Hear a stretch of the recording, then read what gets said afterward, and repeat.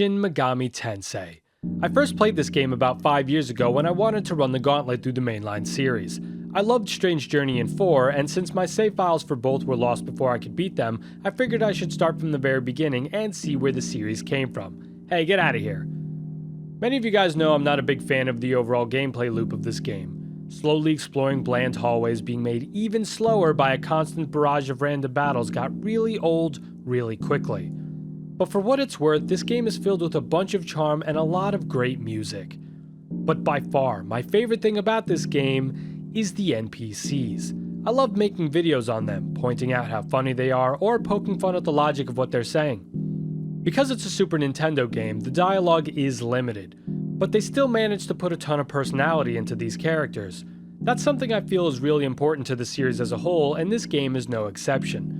It's a tall order to ask people to go through the game to see it for themselves, so I decided what better way to demonstrate this than by showing you the NPCs of Shin Megami Tensei.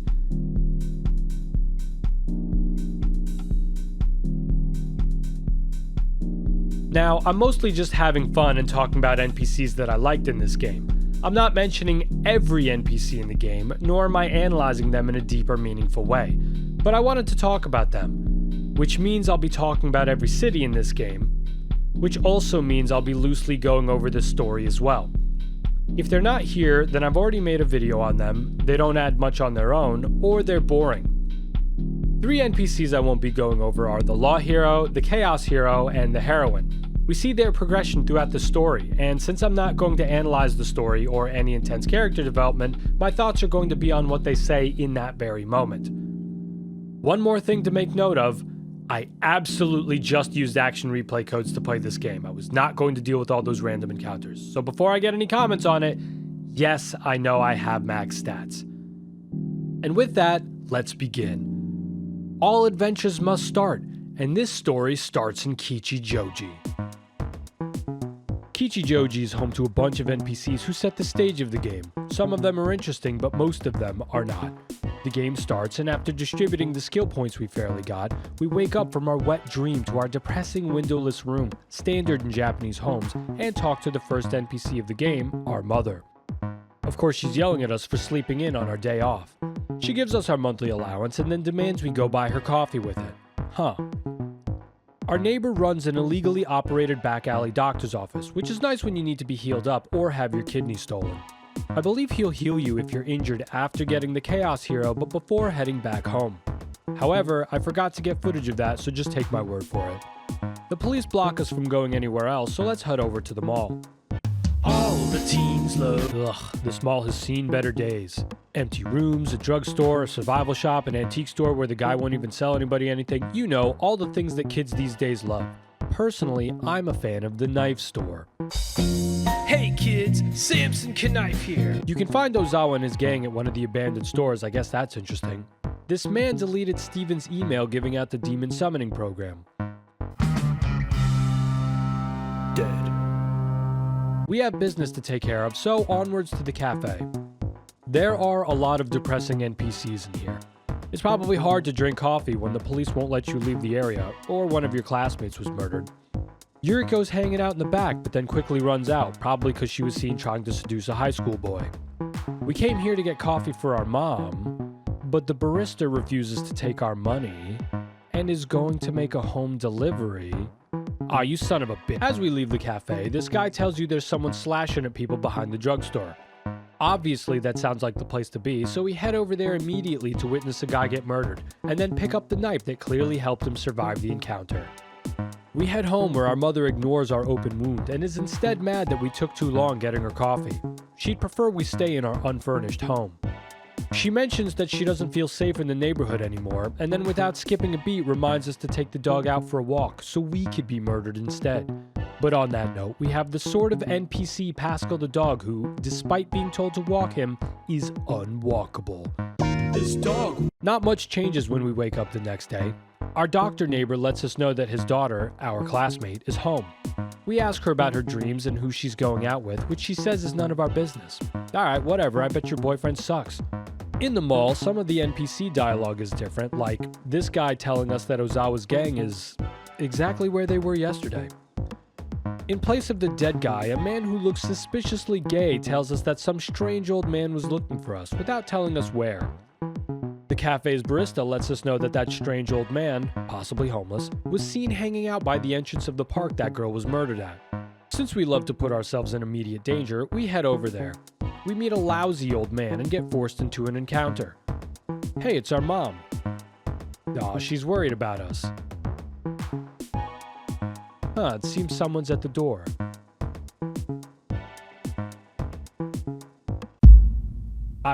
I'm sure she's fine. Afterwards, we head home, walk around the police blockade, and check in on our mother. I'm sure she just went out for coffee.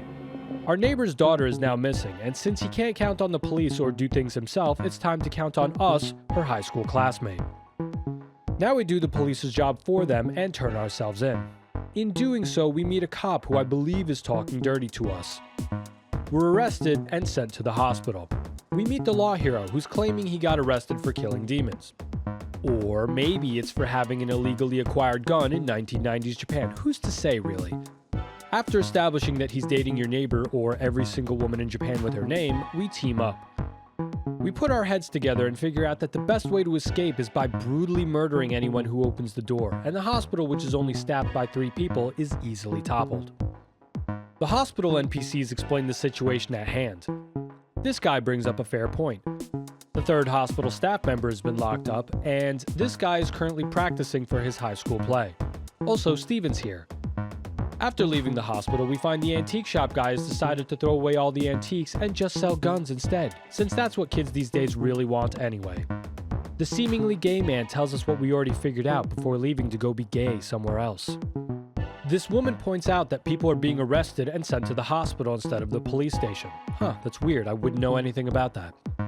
A woman in the cafe has decided to tell the world about Ozawa's struggles with addiction. Alright, this one's just a funny coincidence. The barista lets us know that the Echo building is apparently full of monsters. Or so a bunch of homeless people told him, for some reason. Why was he hanging out with homeless people? This lady mentions that there's a new building in the park and doesn't remember it being there before.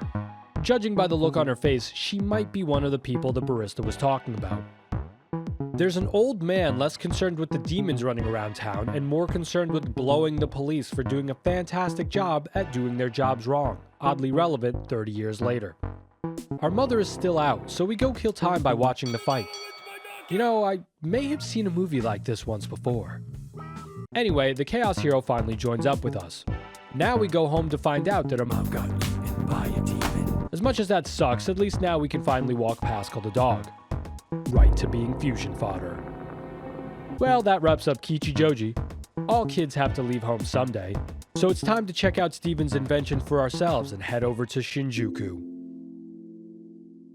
Things are heating up in the story, and Shinjuku acts as the central hub to it all. As a result, there's a lot of lore, a few weirdos, and the start of an encounter rate that almost made me quit playing. But we persist. When we teleport over to the lab, we meet a very aware zombie who gives us some background, followed by a warm welcome. Now that's more like, hey, what's that supposed to mean? After we check in on Steven, we head to the actual Shinjuku area.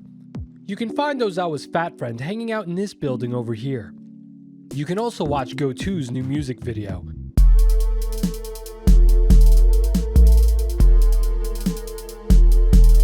My name is Go2. Look at my cock. Anyway, Shinjuku. Missionaries for the Law and Chaos faction stand at opposite ends, and they get right to the point with what they're trying to say. I've never been to church, but scrolling through this text certainly makes it feel like I have now. At the moment, there are 3 factions vying for control of Tokyo. The Japanese Self-Defense Force, those piece of shit American bastards, and the very creatively named group, the Resistance. The game makes us wander around for the path forward, so we end up getting a feel for the area. Over by the west side, we'll find a gay man who many of you may know pretty well by now. If you've ever wondered what the Yakuza would be doing in this situation, look no further than right upstairs. This guy? Just kidding. Why'd they use this sprite for the Yakuza boss, though? The army store guy seems confused that nobody comes to his store during peace times to buy tactical army gear anymore. But business may be booming soon if the Americans and Japanese do end up fighting. It'll be a huge mess. That's how some NPCs see the whole demons and war thing. Just a huge inconvenience. Ancient demons? How am I supposed to get home now? Another one of Ozawa's friends is asking girls if they have the same name as the heroine, for kidnapping purposes, of course. And if we walk this way, I think I hear Japan's newest thrash metal band performing one of their songs. All this threat of nuclear war is making me thirsty, so let's go to the bar and get some drinks. I'm sure we're not going to run into any soldiers in there. Well, there's another bar next door. It would be crazy to think that opposing forces would hang out so close by each other. Alright, maybe... The Resistance's bar only features a single table where Yuriko hangs out.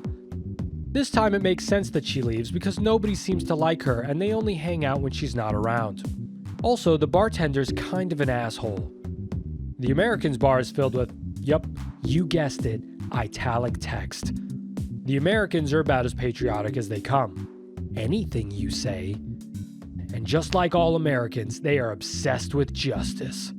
Well, for other people anyway. This scientist just narrowly escaped death back at the lab and decided rather than to go home and wait out the end with his loved ones, he'll just go get drunk and think about the crippled man who he pushed out of the way to escape. The Self-Defense Forces bar is filled with somewhat of the same. Their words aren't in italics, so I guess that means we understand them. Before leaving, this guy suggests we've been looking for a woman, aren't we all, and says we should talk to someone named JB over at the disco. I wanna be cool. I'm not entirely sure why he's the only person with a name. He also doesn't tell us anything we haven't already figured out for ourselves, but I appreciate his insight and stunning charisma. The disco won't let you in if you have your demons out, but don't think it's because they don't want demons around. They let anybody in here. This guy is having crazy ideas about what the Americans are capable of. What? Please. Americans would never do any of these things, I think. Well, it's about time we move the story forward, so let's go meet the heroine. On our way over there, we get stopped by this guy. Hey man, take it easy, no need to be so dramatic. We flash our junk to him, and he lets us pass. Following a story event where the heroine is kidnapped, the gay man changes his dialogue once more to really demonstrate his passion for any and all men. There's nothing to worry about. It's a woman being publicly executed, not a man. Might as well go check said execution out. But let's say hi to Ozawa first. It seems he's stolen the Law Hero's heroine. Have I made this joke enough already? When we arrive, we find some BDSM dancers putting on a show. Yuriko's upset that we didn't choose to be with her, even though we weren't even given a choice. Yuriko baby, won't you please come back to me? After saving the heroine, none of the NPCs' dialogue changes other than one of Ozawa's friends. By the way, I went looking for Ozawa's third friend and found him shitting his pants in the disco, so alright I guess. I suppose it's time we say goodbye to this time period. In order to do that, we've got to talk to Gotu and Thorman to tell them both that we hate them. We sneak into their bases to have a chat. None of the American soldiers are suspicious that a Japanese teenager is coming to and from their base. We can go talk to the imprisoned girls in Ichigaya, and we can even set them free if we want. After killing Gotu and Thorman, who's actually Thor by the way, a nuke is launched and headed for Japan. The final interesting NPC before we all die in a nuclear blaze is this soldier in the American base. When you normally talk to him, he just says standard stuff. Go on inside. Good job. Be careful. But after Thor launches the nukes and we have a nuclear countdown on screen, if we manage to make it to him before the time is up, he instead says, "What you so upset about?" I'm glad you asked. You see, it all started when... fuck. Is there anyone interesting in the Kongo Kai? Jesus? No. Hey, what are you doing here? Alright, we're moving on to the future. Welcome to the future. When we wake up, we're greeted by the first future NPC, the Yo-Yogi Bum. We lose all our money, experience the early stages of schizophrenia, and then head over to future Shinjuku. From this point forward, the game takes a new story arc per city style of progression, each of them with their own dilemmas and solutions. In Shinjuku, we find a society of safety and order, but at the cost of freedom. There are some who are happy to be ruled over in exchange for protection, some who can't stand the whole practice because of what it robs from them, and some who are just horny. Entering Shinjuku, the first thing we find is the cool new upstairs coloring, and something named, Rag has opened up a gem shop. But he's not important, unless you like gems. Or ugly things. Downstairs, the layout is exactly the same as before. They even have the same missionaries talking about religion. Some say the bombs melted their feet to the floor, and they've been stuck there ever since. In this era, Ozawa has taken control of Shinjuku by signing a deal with demons. It says they can't come hang out in the human disco and they have to go find their own shitty disco to hang out in.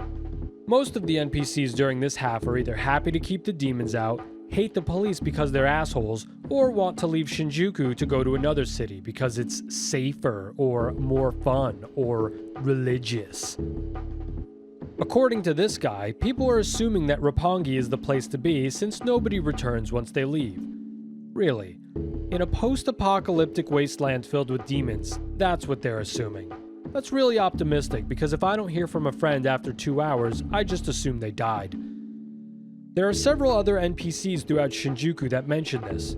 Apparently, someone returned from Roppongi, traumatized and muttering a cryptic yet oddly relevant sentence. But I guess word hasn't spread quite far enough to convince people not to go. It's around this time you'll start to notice that the hottest fashion trend of the future is wearing fully hooded robes. They apparently come in all shapes and sizes. If you really want to live well in the future, get started on your robe making skills. You'll make a killing during the apocalypse. Well, either that or start selling your garbage because some people look like that's all they wear. And according to the armor shop guy, that's not too far from the truth. So yeah.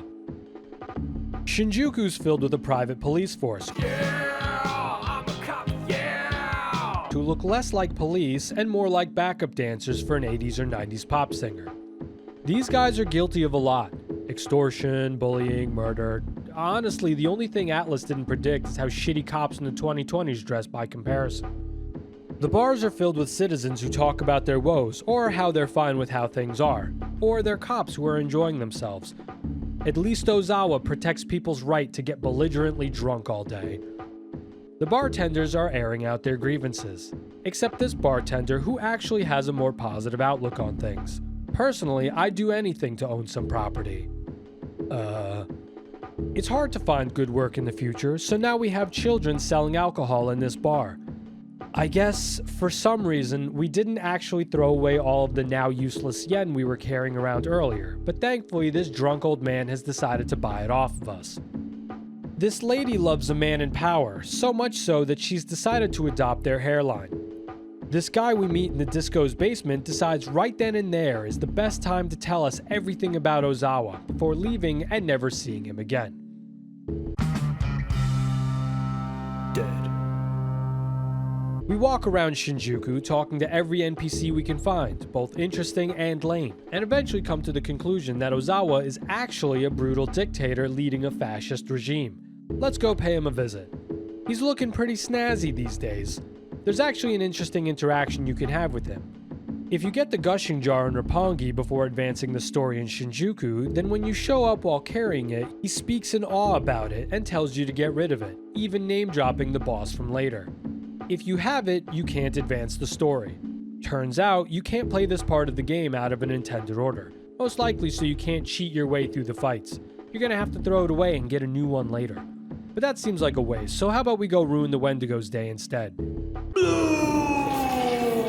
We talk to a psychic named Psycho Diver. Oh, that's an interesting name. I wonder why his parents named it that. Is that German?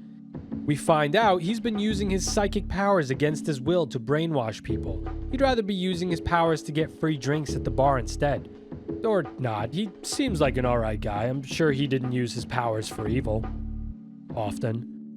With the information we've learned, we confront Ozawa, who decides to bring out his demon that we run away from.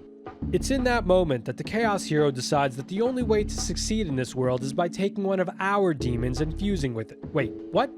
Our demons? Ah, you bastard. I hope you blow up later on in the game. Afterwards, we head back to Ozawa, defeat his demon, and then watch Ozawa and the Chaos Hero share an intimate moment.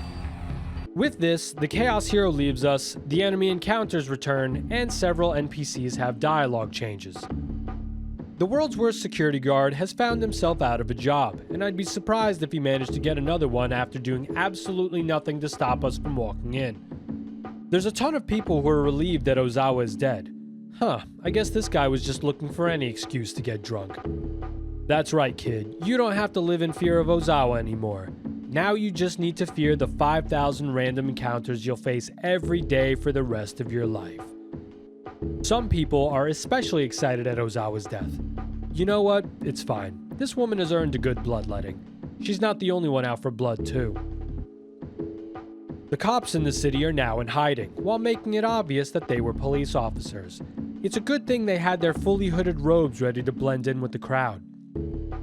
It seems the Chaos Hero also got to work because he immediately went and murdered the police chief and then left a note admitting it, because now who's going to arrest him? Not everybody seems excited about Ozawa's death though. Not because they felt bad for the guy, they're just scared of demons. Or they were horny. This old guy backpedaled from his earlier position. What happened to questioning whether it was a life worth living, old man? Our last stop in Shinjuku is with Psycho Diver. We talked to him earlier while he was being a sad sack, so let's go tell him the good news. When he learns of Ozawa's death, he celebrates by opening the door and leaving. He apparently could have done that the whole time. Whatever.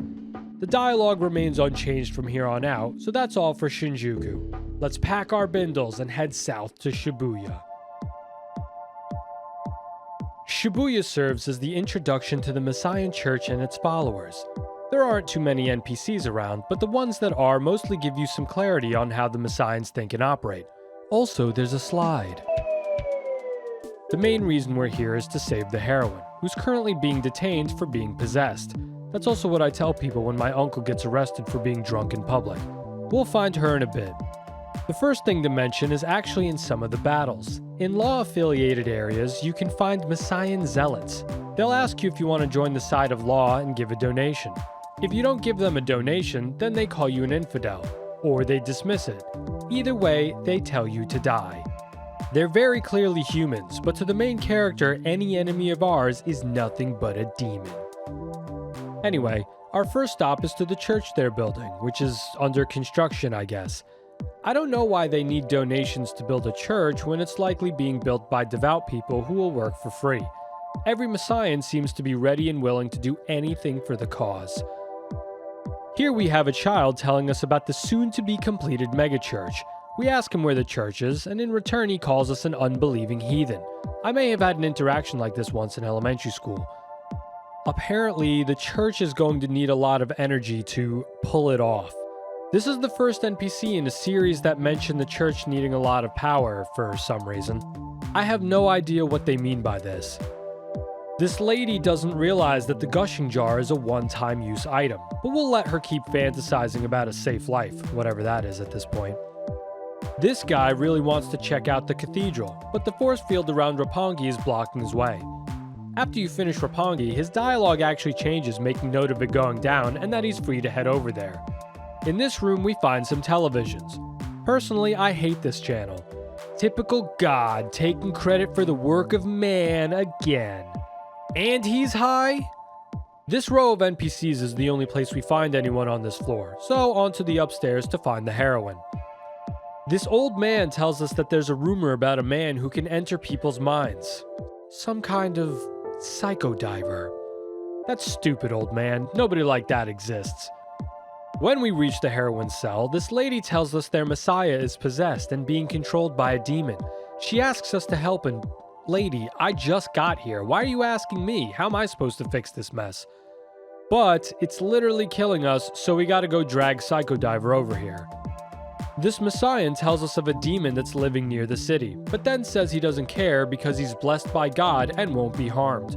He's not a very interesting NPC, I just hate him and I want you guys to hate him too. We hold an intervention for Psycho Diver in Shinjuku so he'll help us out. We meet back in Shibuya where he shows us his ability to open any locked prison door and then brings us into the heroine's mind. The inside of the heroine's mind is very wavy and silly. There are some rooms that show bits of the heroine's past and new life. This isn't an NPC, but I don't understand what the point of some of these paths are. I guess you can go this way if you're feeling adventurous. Anyway, there's nothing particularly freaky in her. Oh.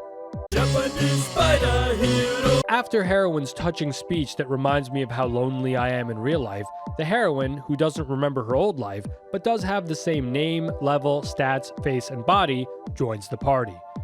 Now that she's with us, the NPC's dialogue from here changes a little, but it's nothing particularly interesting. Huh, you learn something new every— Oh! A simple city, but it serves its purpose. We got a feel for the Messiahs, and we got the heroine, so now we're going to Roppongi. Now we've reached my favorite city of the game, Roppongi. Everything about this area is entertaining to me, from the layout, the story, and of course, the NPCs. According to the people of Shinjuku, Roppongi is the most happening place in the apocalypse. It's safe, it's like Tokyo before the bombs dropped, and everyone is happy. What a dream come true. I'm sure it's not a city being run by molesters. Well, let's get to exploring. We quickly learn from this guy that 2 dudes have put up a force field to protect everyone from demons. It's so safe that the 3 stores of the town are abandoned. I guess there's no need for weapons and armor when there's no enemies to worry about. Everyone is living in peace. It's nice to see normal clothes again. This lady explains that the 2 dudes who put the force field up are named the Red Count and the Black Baron. They did it all so they could protect a little girl. It's very nice of them. They talk about the little girl all day and hang out with the little girl all day, and they say they love the little girl, and oh my god, molesters! I love how aggressively this woman makes this claim. Well, sure hope she's wrong. Anyway, we're looking for people to talk to, and there's no better place to meet people and check out the nightlife than the disco. Hanging out at the Roppongi Disco. It is popping off. Everyone is really happy that Roppongi is fun and normal. This place has all the things you love to see in a disco. Drinks, dancing, a prison cell, typical stuff. Every day it's nothing but fun. This place is heaven. Alright, we get it, you're happy. Don't need to rub it in. This woman finally feels safe after running away from Shinjuku. I'm sure we're not going to meet her sister later on to ruin this happy ending. Now about that prison cell they keep in the back. Every disco has one of those. This cell is currently home to your neighbor, the law hero's love interest who shares the same name as the heroine. She explains the whole situation of Roppongi in a quick summary. It turns out everyone is actually dead. Somehow she's retained her memories, and rather than just have fun and enjoy the moment, she starts begging you to kill her. I guess she doesn't like the music. I suppose we should oblige, it's the right thing to do. This makes the law hero sad. Hey man, try not to feel too bad. On the second floor, there's an NPC hidden away by this sealed door that we currently can't open. He tells us about the gushing jar being hidden away somewhere in Roppongi and says the Red Count and Black Baron don't want anyone to find it. He also wonders if it's worth any money, showing that even in the apocalypse, people are still trying to make that bread. We need to progress through the plot, so we have to talk to a little girl named Alice hanging out in the back alleys of the city, a typical safe place for little girls to be. Here's a few interactions. If you come to her while you still have the Chaos Hero, she makes fun of him and the story won't progress. If you show up without the heroine, she acts like a little girl saying hi. It's only when you show up with the heroine and law hero that she lets us advance the story and talk to the Red Count. After the story section is complete, it just says, the girl is no longer here. Before we go see the Red Count, let's go talk to the Black Baron in the basement. I've been wondering why they call him that. Oh. He actually has a very friendly interaction here where he says since everyone else seemed happy, it worked out for all of Roppongi. What a nice man. I'm sure he isn't reanimating corpses or being a molester. On to the third floor. We meet the Red Count's secretary who gets bullied by Alice and then lets us in. Alice asks us to get her something, we go get it, and she's happy. She then asks us for another favor. This time she'd like us to die. Huh, you know, in real life people ask me for this favor all the time. She's upset that we won't oblige, so we're attacked and then we run away. The Count's secretary heard nothing, so we can come and go as we please. We grab the gushing jar downstairs and then flush the Red Count down the toilet. Alice disappears to reveal she was Yuriko the whole time, pulling a Chris Hansen. She takes the jar and leaves. Well, things are pretty awkward in here now, so it's best we head back to the city. On our way out, the Black Baron shows up and explains they were taking the souls of the living and reanimating the dead to make Alice happy.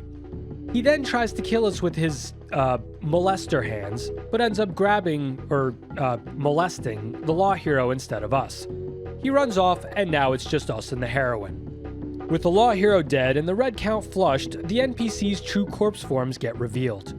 They all have the same dialogue as before, but now in their new zombie forms. There are a few new NPCs though.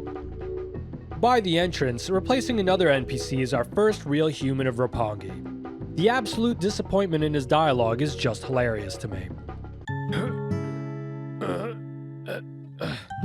Finally, I've made it. Roppongi. No more danger. No more running away. I can finally live in peace.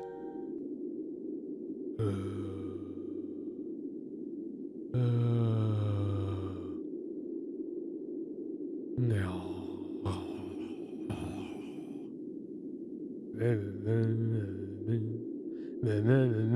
What the fuck? With the red count gone, we can open up that sealed door on the second floor. Inside, we'll find the naked ghost body of the now deceased law hero.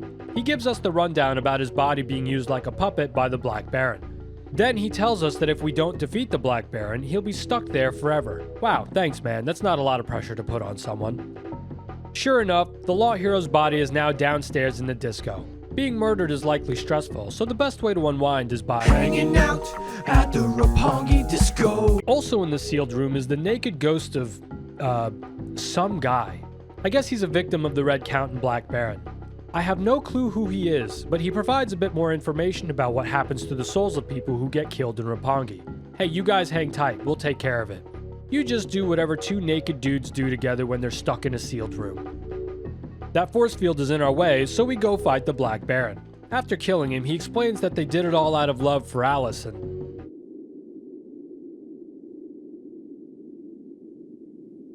You know what? Never mind. With his death, we free everyone's souls. The law hero shows up to flash his junk and say thanks. Then a messenger tells us that God thinks he's pretty cool for doing that. In the sealed room, the law hero's soul is now freed, and the other guy is also thankful. The rest of the NPCs in the area remain the same, so for now, we're done with Roppongi. With that, the first section of the future is done. The force field is down, so now we can travel on to Ginza. Not much happens in Ginza, especially when compared to some of the other cities. Most of the NPCs are only building up on the current situation. It's the neutral zone of the ensuing Messian and Gain conflict, sort of like Shinjuku pre-bombs. That isn't to say it has nothing interesting about it, but there's no real story arc happening here. It does serve its purpose though, and it has arguably one of the coolest songs in the game. To start, I'm counting this intersection as Ginza, as I'm sure you guys do too. Right before we reach the center, we're again flashed by the naked ghost of the law hero. Before the bombs dropped, the police were making an army of robots to, I guess, gun down civilians, and now he wants us to stop them before someone uses them for their intended purpose, I don't know. He gives you some directions and then disappears. In his place after he leaves is a Messian who heard there's the spirit of the Messiah roaming around and wants to get a piece of the action. Word travels fast. If we head to the left, we run into the Chaos Hero. He asks us if we want to fight, and since I'm still mad about him taking one of our demons, we agree. Unfortunately, he's just kidding. He warns us not to go to Ikebukuro. I wonder what he's hiding. Oh. Replacing him after he leaves is this chill dude who's scavenging for stuff. I like this guy. Don't worry, bud, we gotcha. If we enter into this room, we finally run into Steven again. He downloads more RAM into our computer and then disappears. I guess we should head up to stop the robot cops since it's the only quest Ginza seems to have. There we find a scientist who wants to kill everyone, most likely because they made fun of him for wearing a lab coat in a computer lab. Without a computer science degree, we have no idea how to shut off a computer, so instead we try to smash it.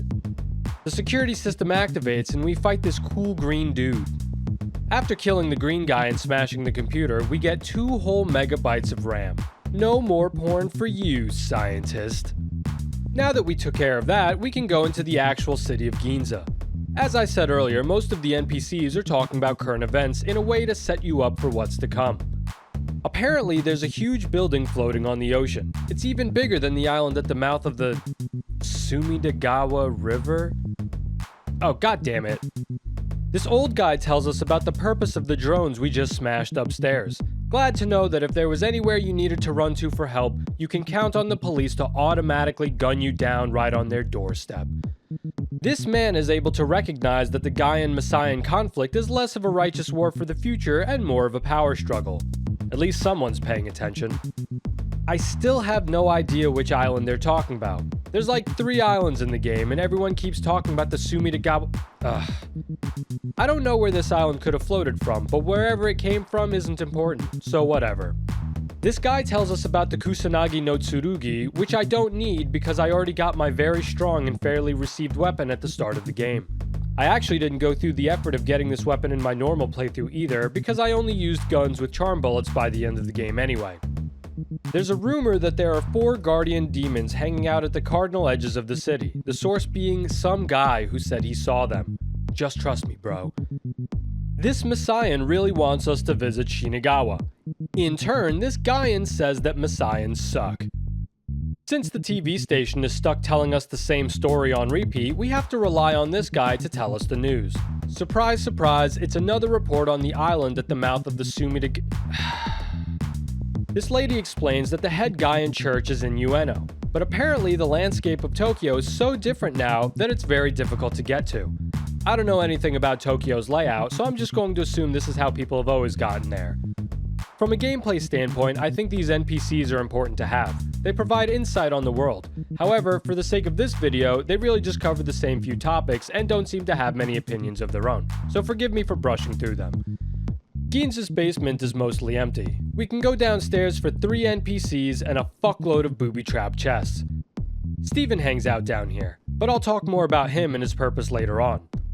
We can choose our next destination in the game, and since Shinagawa is by itself, we'll head there next. We have to kill this dude's demons in order to get there, and afterwards, he falls in love with us. The final person to talk about is the lousy old man from the start of the game. He's hanging out in the sub-basement. He gives us a speech and then tells us our alignment, which is nice of him, but I think I'll stick to watching my body spin on the world map. That's all for Ginza, the middle ground of the game.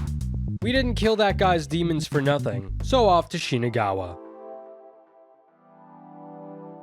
While Shinagawa isn't as plain as Ginza is, it does feel like a lot of empty space from a story perspective. It's no secret that the lost side of Shin Megami Tensei games is always a bit stale compared to the other alignments. The NPCs here just say things like, God is amazing, and non-believers suck, and the Americans are guilty of terrible crimes against humanity. Our first NPC tells us that Shinagawa is filled with traps to anyone who isn't law-aligned, just to really demonstrate how open and loving they are towards their fellow man. He then breaks character to let us know that we can just wear a core shield to avoid all the drama in the first place. This kid mentions the golden apple that can be used to pacify monsters and turn them back to normal. One time I ate a golden apple thinking the same, but it tasted like plastic and afterwards I fell into a coma for 3 weeks, so your mileage may vary. Anyway, that apple is in Ueno now. This old guy tells the story of the bomb shelter nearby. Everyone ran to it, seeking protection from the nuclear bombs. However, it seems the Americans knew that and specifically targeted it, killing everyone. Yeah, right. I could believe demons of old awakening and feeding on humans, but Americans bombing civilians with nuclear weapons? How many more times do I have to make this joke? This guy tells us about a demon to the south of Shinagawa that has apparently eaten people. He seems really bummed out about it. I guess it impedes his ability to go for a walk in local abandoned buildings. This lady's husband is dead. Well, probably anyway. I don't know what he was going to do at the cathedral, but I'm sure he was killed by something. Maybe a trap, since she's wearing filthy unbeliever rags. Though, maybe he was headed to the cathedral to get a cool set of Jesus armor for them to wear. You can listen to this priest's really long sermon about the Great Cathedral, but thankfully you can leave whenever you want. This priest is essentially telling everyone to work themselves to death in order to complete the Great Cathedral. I think back to the priest of Shibuya asking for donations to build the church, despite having all the free labor they could ever need. There's a few more NPCs to talk to, but first we need to step through broken glass and use needles to get to them. Ugh! Ah, my favorite form of showing your faith, wishing for non-believers to die a horrible death. If we stop by this door, we find the giant statue made of the law hero. Personally, I can't see the resemblance, but I do love the pointy new threads. This guy explains that there's a statue of the law hero because he saved us, the player. For that, he was brought to God, and then was reborn as their Messiah. Honestly, I think we would have been fine. He was just being dramatic. After we meet the law hero, who doesn't say anything too interesting right now, this guy is, well, good thing his pants are white. I think he needs to change them. You can have a conversation with the head Messiah priest who can offer to baptize you, which fully locks you into the law alignment. After being baptized, if you somehow slog through battle after battle to reach level 65, you'll be rewarded with the ultimate alignment armor. Why am I telling you this? Because I wanted to show you that they cut off Jesus' legs. Jesus Christ. The final person of interest is this demon summoner on the 4th floor. He makes us fight as demons. Barbagazi! After beating his ass on all of his demons, he gets mad and swears revenge on us. Hey, you started this fight! We're taking his shitty key as a prize. And you know what? We're taking his cat ears too. We're done in Shinagawa. It's time to walk back through all the glass and used needles. Ugh! Back to Ginza and off to Ikebukuro. Ikebukuro is short but interesting. It's one part town and one part prison, so you get an interesting mix of NPCs here. As soon as we leave the tunnels of Ginza and take a single step out, the Chaos Hero finds us and takes us to get judged. As if I'm not being judged every day of my life already. We meet Lord Yama, who gives us a trial. Wait a minute, we're being judged in a court of law? How do you explain that, Yama? No! Here you can agree to his terms and they let you go, or you can reject them and be sent to jail. We end up in a cell with the heroine. The metal bars in front of us won't move, as intended.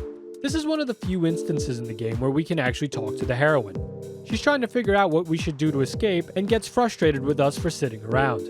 Hey, how about we try that plan we used back in Kichijoji? All we have to do is brutally murder anyone who comes to open the door for us. Get him!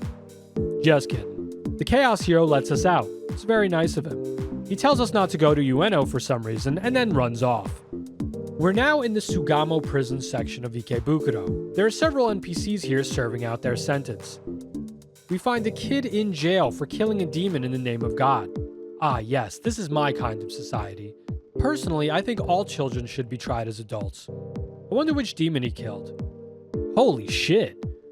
Many of the prisoners are Messiahs. They all seem ready to die for God and are proud of whatever crime they committed. Hey buddy, what are you in for? Oh. We run into Steven again. This is the last story-based area we run into him. He seems to have a thing for small rooms and jail cells. He claims that Yama is fair, but basing his views on the values of chaos, which at this point, I'm not sure what those values even are. In some moments, chaos is about power and survival of the fittest, but Ikebukuro seems to abide by a philosophy of chaotic law. No! This guy stole money in order to help build the church. I still don't know how building a church would cost them money if they're not paying the workers and likely not buying the supplies to build the church anywhere. This guy disproves my perception that Messiahs only wear the typical getup. He straight up killed people at a church. Rather than kill him then and there, they captured him, took him to trial, and sent him to jail. The Gaians are suddenly looking a lot more law-abiding than the Messiahs are. The last prisoner to talk to is this Gaian who's in jail for killing demons, which, honestly, yeah, seems justified. We kill Neo and leave the prison behind. Now we're in Ikebukuro. The first NPC we meet is this kid who tells us about the Sugamo prison. Hey kid, why are you hanging out next to a prison? Apparently, it's Execution Central, but before, it actually used to be a fun family park. There's something funny about turning an amusement park into a pro-death penalty prison. We can just leave if we want, but where's the fun in that? Let's kill Yama just to see the Chaos Hero's reaction. He takes it oddly well, and signs off with a very casual, see ya. I wonder how he's gonna train though. They just told me that killing demons was illegal for Chaos people. According to this old man, there's an expert on demon fusion at the top of the Sugamo prison. Well, I wouldn't call myself an expert, but wait, it's not me? Well, this is embarrassing. Apparently, Tokyo has a guardian deity hanging out to the north. Despite feeling safer because of his presence, this man still wouldn't want to meet him. You ungrateful son of a... Another person claiming that Yama is fair and impartial. I don't know, man. Death hardly seems fair for some of these crimes. Hey lady, why are you talking shit? I don't even know you. Also, I literally just broke out of jail and killed your leader. I think I'm tough enough to do anything now. Before we leave Ikebukuro, we need to take a stop by the weapon shop to get the ultimate weapon in the game, the magic shells. Everything in this game gets charmed so easily, it seems we're all just looking for love. The junk shop is also selling grenades and stinger missiles. Where the hell did they get... Wait a minute. I don't think he's wearing pants. None of them are wearing pants. Well, we can cross off break out of jail from our bucket list now. The Chaos Hero told us not to go, but screw him, we're off to Ueno. Ueno is the holy land of the Gaians. The Chaos Hero is nowhere to be seen, despite telling us not to come here. That aside, there's a lot of NPCs just living their lives, a bit different from Shinagawa, which only seem to have one or two outsiders. The ultimate goal in Ueno is to get the golden apple so we can calm down the raging Cerberus. Look at this uncivilized behavior. It's relatively simple to navigate and safe to walk around. Hey, why are there traps here? When we walk in, the woman in this room asks us if we've heard of Destinyland. If we say we have, then she immediately gives up. If we tell her no, she offers to tell us about it for 100 maka. If we decline that offer, she calls us cheap. If we give her the 100 maka, she goes into detail about Destinyland. It seems people go there to get lucky. Nice. Unfortunately, Cerberus is acting like a real dickbag outside of the bridge, preventing people from getting there. That was actually helpful information, but since we're cheap, we're going to reload our save file to get that 100 maka back. There are actually a few people in Ueno who talk of Tokyo Destinyland. We'll make sure we go check it out before the next apocalypse drops. We find a broken TV set in one of the rooms, which is fine by me because all the future shows suck anyway. The culprit is this lady. What is she wearing? It's a full gimp suit, which, I guess, is something that Gaians can wear. The Messians must be feeling pretty jealous right about now. They mostly wear the same thing, while the Gaians get to openly practice BDSM. In this room, we find an italic text speaker threatening to kill anyone who gets in his way. I feel like we just walked into his room while he was playing video games, or watching porn or something. We kill all of his demons, and then he begs for us not to kill him.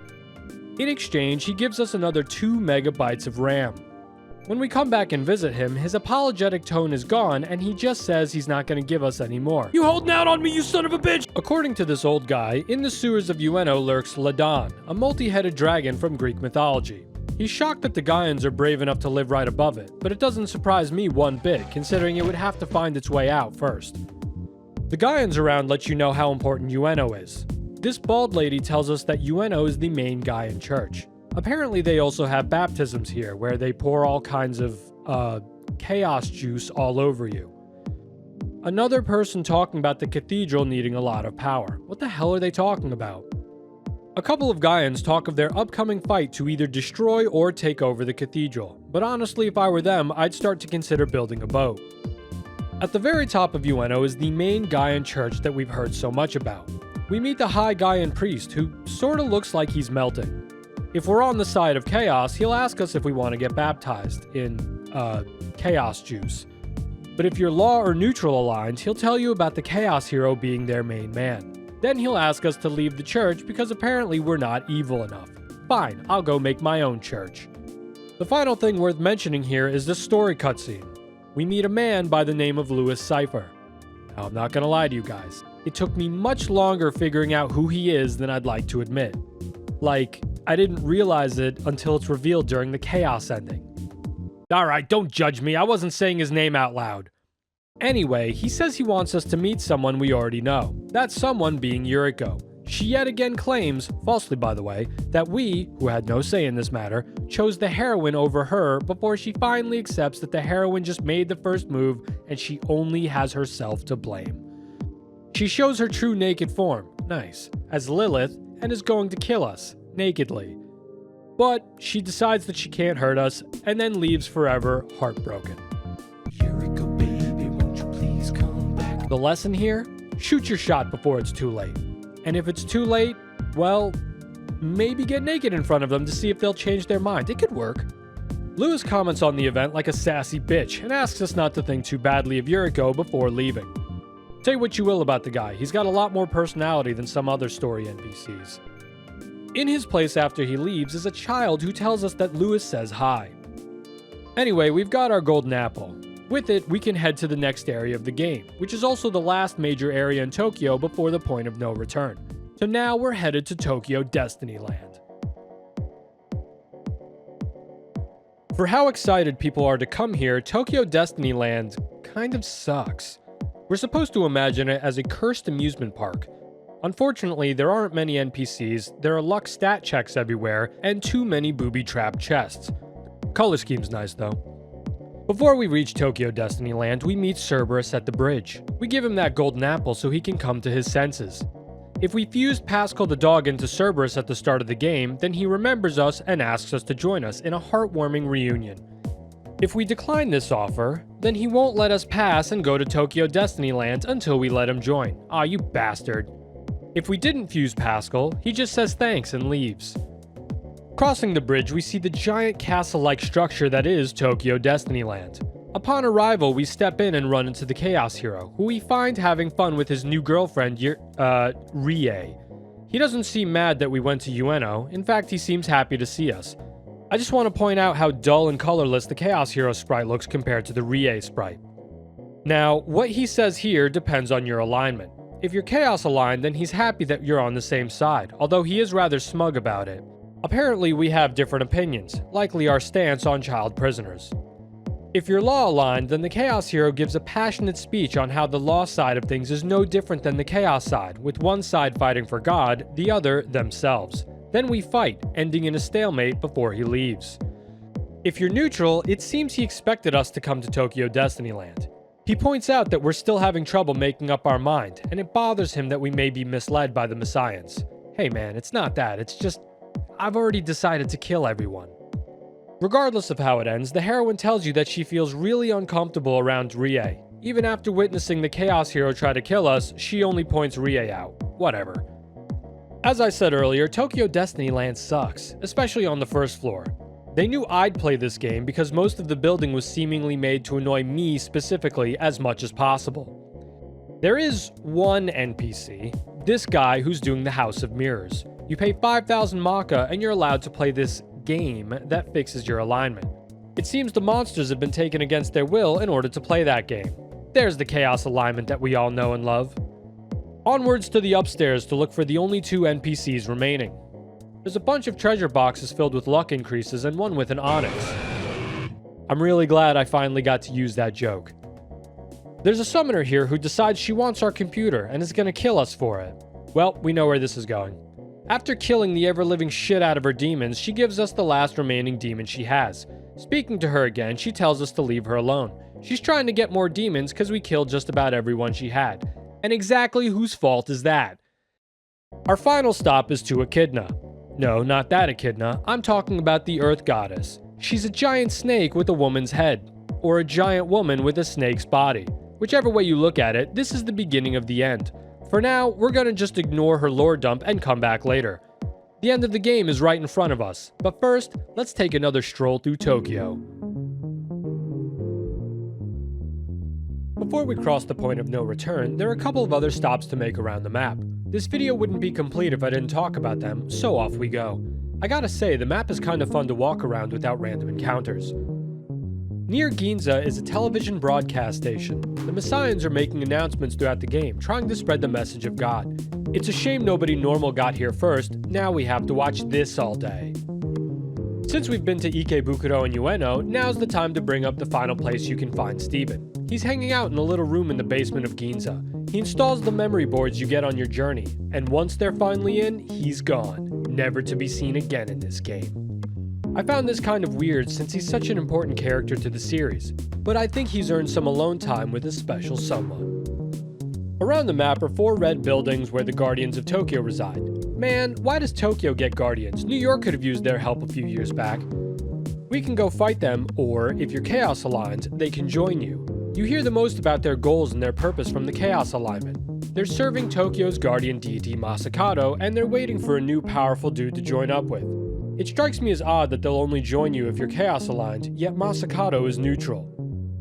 In Ikebukuro, in place of the Chaos Hero where he caught you and took you to be judged, is a Gaian who gives you a little bit of background on the Sugamo prison. As we learned in Ikebukuro, it used to be a family park called Sunshine, but it turns out it was originally called Sugamo Prison even before Sunshine. I can see why they changed it. That's a terrible name for a park. After leaving Ikebukuro, if you return to some of the older areas, you'll find that Tokyo has started to repair itself. People have become inspired by the goodness of our violence around the city, and as such have banded together to rebuild. In these areas, a few new buildings pop up, and inside we'll find an old man expressing his gratitude for everything we've done to bring peace to the city. So what better way to reward us than to make us pick one of 3 chests and hope we get something good? Let's see what I got. Fuck! You'd think they'd tell us what they have to offer, but I guess we only made their lives easier. Silly me. Actually, if we're being honest, I'm not even sure what we did in Shibuya. So that's it for changes around the map. Or so you'd think. It turns out, while most of the cities and NPCs of the game remain the same once you close out the section, there's one city that has completely new NPCs and dialogue once you finish up at Ikebukuro. So now, we're heading back to Roppongi. Roppongi is my favorite city in this game for reasons beyond what I stated earlier. I think it has the most interesting story arc that involves you the most out of any other part of the game. Not only that, but you see the city change on the inside as the game progresses. It has a complete overhaul of NPCs, and none of them show up until after you finish Ikebukuro. So let's take a walk and see who's around. The formerly abandoned stores have now been populated by pantsless salesmen. I hope they cleaned the floor before they settled in.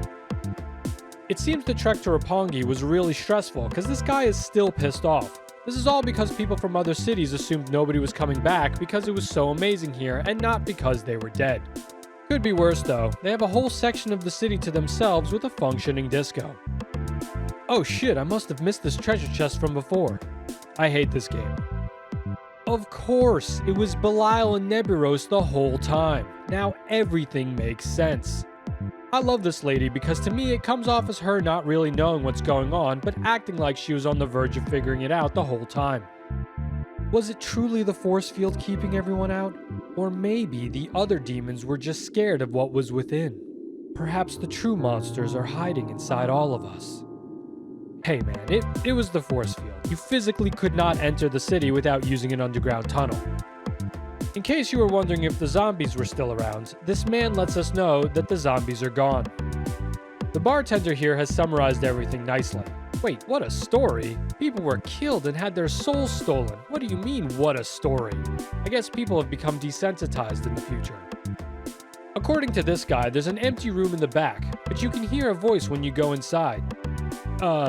Yeah, it was totally Neburos and Belial who killed whoever was in that back prison. Hey, I'll be right back. I thought I told you to leave! We have a guy in who sees some perfect real estate opportunities for a church here. Unfortunately, she's gonna have to compete with this Messiah hanging out on the 2nd floor, who's already planning to build a church here. Personally, I think we need to clean the streets, literally, and maybe get a few retro game stores, maybe a few ramen restaurants. This woman is looking for her sister, who reportedly ran away from Shinjuku when she found out Roppongi was demon-free. She can't seem to find her anywhere. I'm sorry, lady, I wish I could help, but that's not ringing any bells. I alluded to this earlier. This story is one of the sadder ones in the game. It's so simple and only involves 2 NPCs at different times in the same spot, but it just goes to show how hard life is in the apocalypse. Well, on the plus side, at least this sister is safe. She doesn't have to worry about massive floods or something weird like that. The last person to talk to in Roppongi is this guy on the 3rd floor, at the Red Count's office. We're not allowed in the office because him and his partner are looking for treasure in there, though they're currently separated. I think I heard him downstairs battling it out with the naked ghost in that small room. At least, it sounded like a battle. I think it's cool that even this floor has new NPCs doing stuff instead of just empty rooms that say nobody's here. With that, we've talked about all the NPCs here, so now we've fully finished Roppongi. It isn't much, but unlike the other cities, this one creates a real sense of time passing. With this completed, we've now finished all of the locations worth mentioning in Tokyo and can move on to the final section of the game. Alright, there's one more group of NPCs that I should speak about first. Let's have a talk about demons. The demons of Shin Megami Tensei may not be real NPCs, but for me, I'm gonna count them because the negotiations can be pretty interesting and funny. Now, it doesn't actually matter which demons say these things. Ultimately, these are templates assigned based on alignment, race, implied gender, and supposed age. You can't talk to some demons, they'll just try to fight you immediately. He's given the signal! An entire video about negotiations can be, and probably already has been made, but I feel like I'd be leaving something out if I didn't share my favorite interactions and observations that I've had. There's a surprising amount of ways that these conversations can go. Now, before anyone suggests I missed the best one, I have only ever once, in all of my playthroughs of this game, gotten the interaction with Jack Frost where he says, "If you're such hot shit, crush this rock with your bare hands." I have no idea where the footage of my encounter is, but I think I passed the stat check. I recently tried for hours to get Jack to say it again, to no avail. It's so elusive that I fear I'm actually going insane and imagining the whole thing. If anyone knows what the ideal conditions are for him saying it, please let me know and maybe I'll come back and try to get him to say it. So, without further ado, Buckaboo was running away. I tried stopping him, which made him threaten to fight me. I made fun of him for that, which finally opened him up to the idea of negotiating. A lot of the demons have this notion of taking care of the player, though there seems to be different meanings based on the demon. The male demons, hey, aren't you human? The male demons mean they're gonna fight you, but the female demons, why don't you take a seat right over here? Well, maybe she didn't mean anything by it. Why don't you take a seat right over here? She then asked me to become her slave, and when I agreed, I became enthralled with her. She then decided to try to kill me. Some people suggest this is similar to dating in real life. This Furie was laughing at me. I stopped her from laughing. She told me she'd do something special for me if I closed my eyes. So I did. That special something was calling me a fool and walking away before I could open my eyes again. This Lamia just comes out and asks me if I like her. I told her yes, and she joined me. I guess she was desperate. This really brought me back to high school, specifically watching anime where that happened while I fatly sat at home. Oh shit, Wendigo. I'm sorry about the jar thing from before. You're not still mad about that, are you? Ah, geez, I think he's still mad. Well, back in the jar. I gave Oshichi a mean look, and as a result, she fell in love with me. I guess girls really do like bad boys. Fuke is tired of seeing my stupid face. Damn, what did I do? I was threatening with this Ibaraki Doji, who looks like she's trying to keep her hair dry in the rain. She told me to be gentle with her and started schmoozing up to me. I was being a tough guy and upset her, so I sang to her and she felt better. The next time I saw her, I was friendly, and she asked me if I was trying to save the world. I said yes. She hated that and tried to kill me. Onijoro, which reportedly translates to demon prostitute, asked me if I think she's cute. I told her she is. I could look beyond her profession, and she said she's happy to hear me say it, even if I don't mean it. Our love was blossoming, so I told her to join me. She said she would if I gave her a ruby, which I didn't have, so she did the sensible thing and tried to kill me. I learned a valuable lesson about love that day. Always carry rubies. Did you guys know that Futaba from Persona 5 actually got her start as a demon in this game? Leonard was being a sassy bitch with me after I was friendly with him, so I acted unfazed by his nonsense, to which he told me to stop and then ran away crying. I think I hurt his feelings by not knowing who he is. I could really go on forever, but these conversations can go all over the place, with most negotiations getting repetitive. I'll end this off with my two most favorite interactions that really caught me off guard. If you talk to an old man demon, there's a chance they'll ask you if you have any liquor on you. This is a really odd stat check because there's no liquor item you can actually give to him, but if you pass the check, then you just somehow happen to have liquor on you. I have no idea where you got it from, but I guess it came in handy. Jack Frost says he's tired of being this. I mean, I suppose I also wouldn't want to be a cute snowman.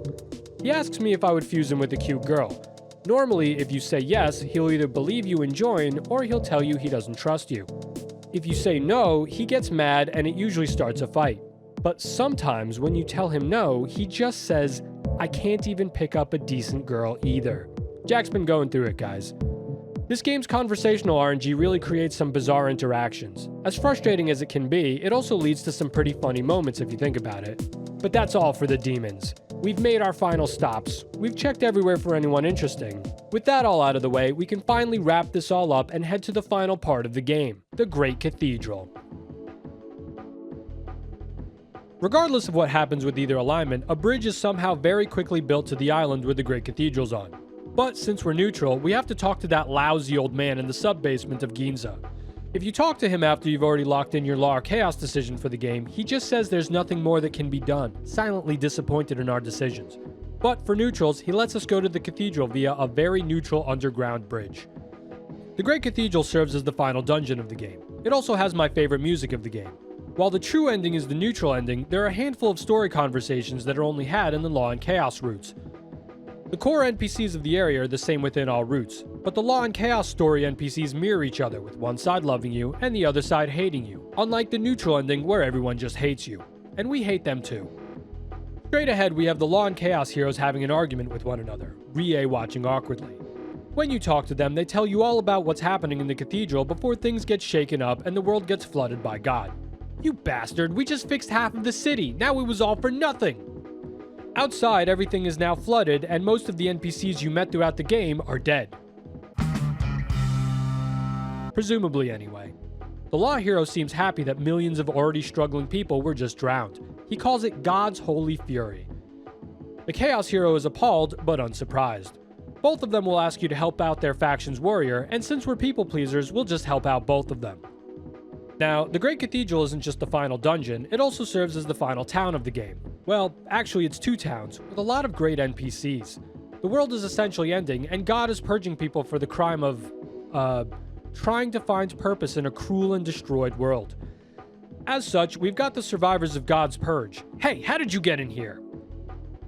Starting with the Chaos side, it's pretty small, but that isn't a problem since that just means they can get to the BDSM parties quicker. See, there are already pantsless salesmen everywhere.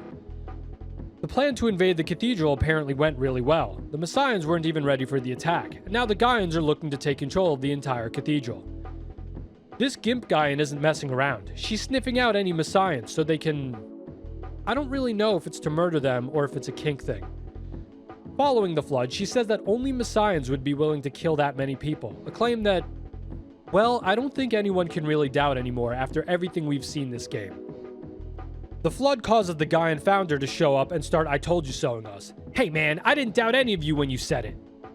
According to this lady, there aren't just little demons invading the cathedral, there are big important ones too. That's good for them, because I doubt an army of Jack Frost would really intimidate anyone.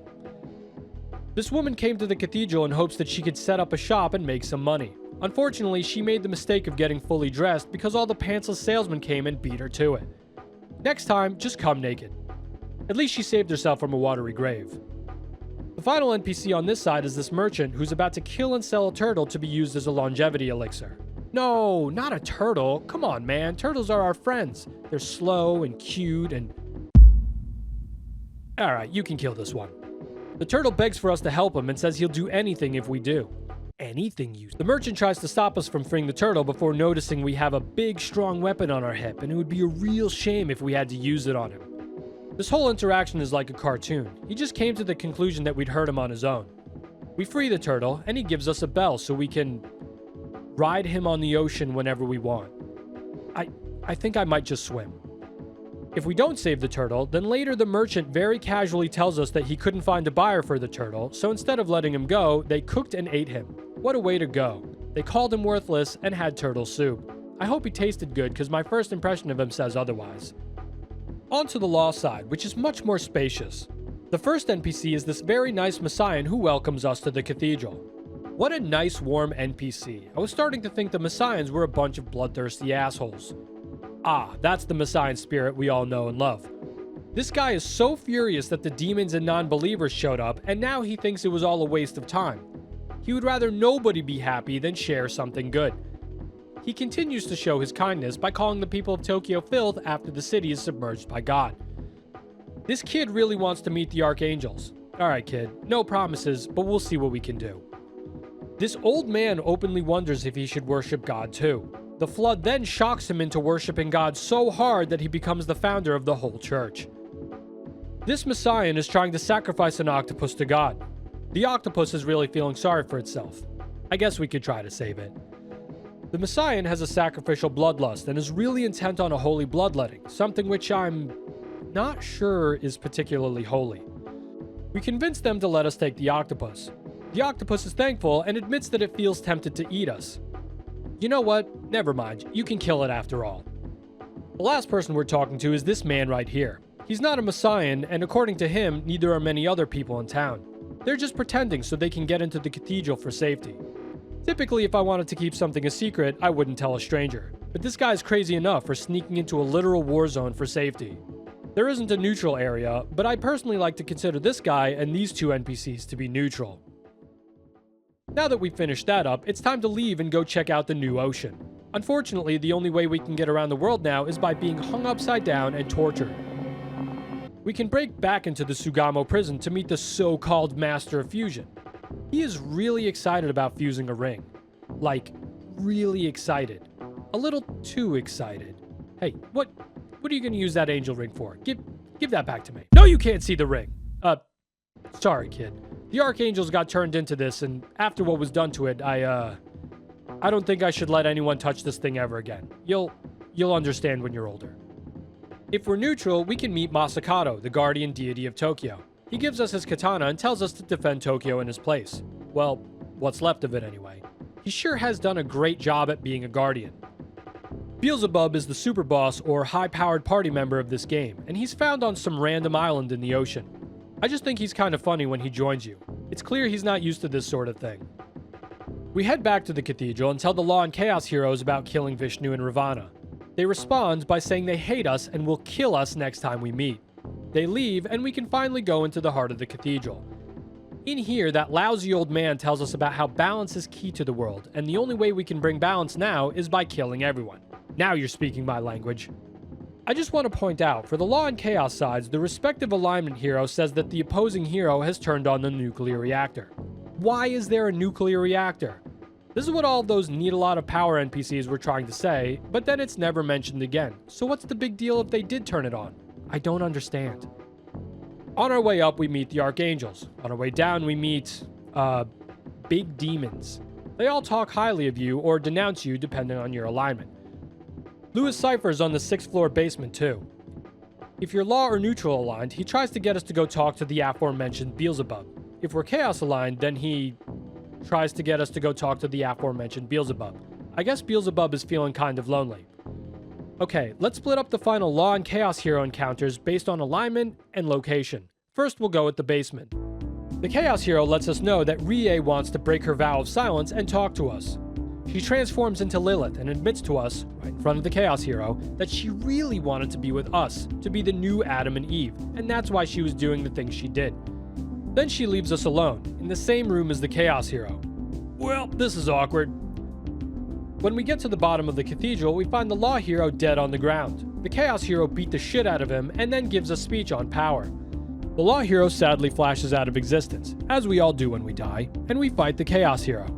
I think the way he dies is a more positive note to end on, minus the whole killing a friend of yours thing. Rie then starts calling us out before immediately switching up and admitting that she's Lilith. This cutaway caught me off guard because it's so abrupt. You should be ashamed of yourself. How could you kill your friend? I'm actually Lilith. We beat her, and then she admits her undying love for us once more. I guess she's a bit of a masochist.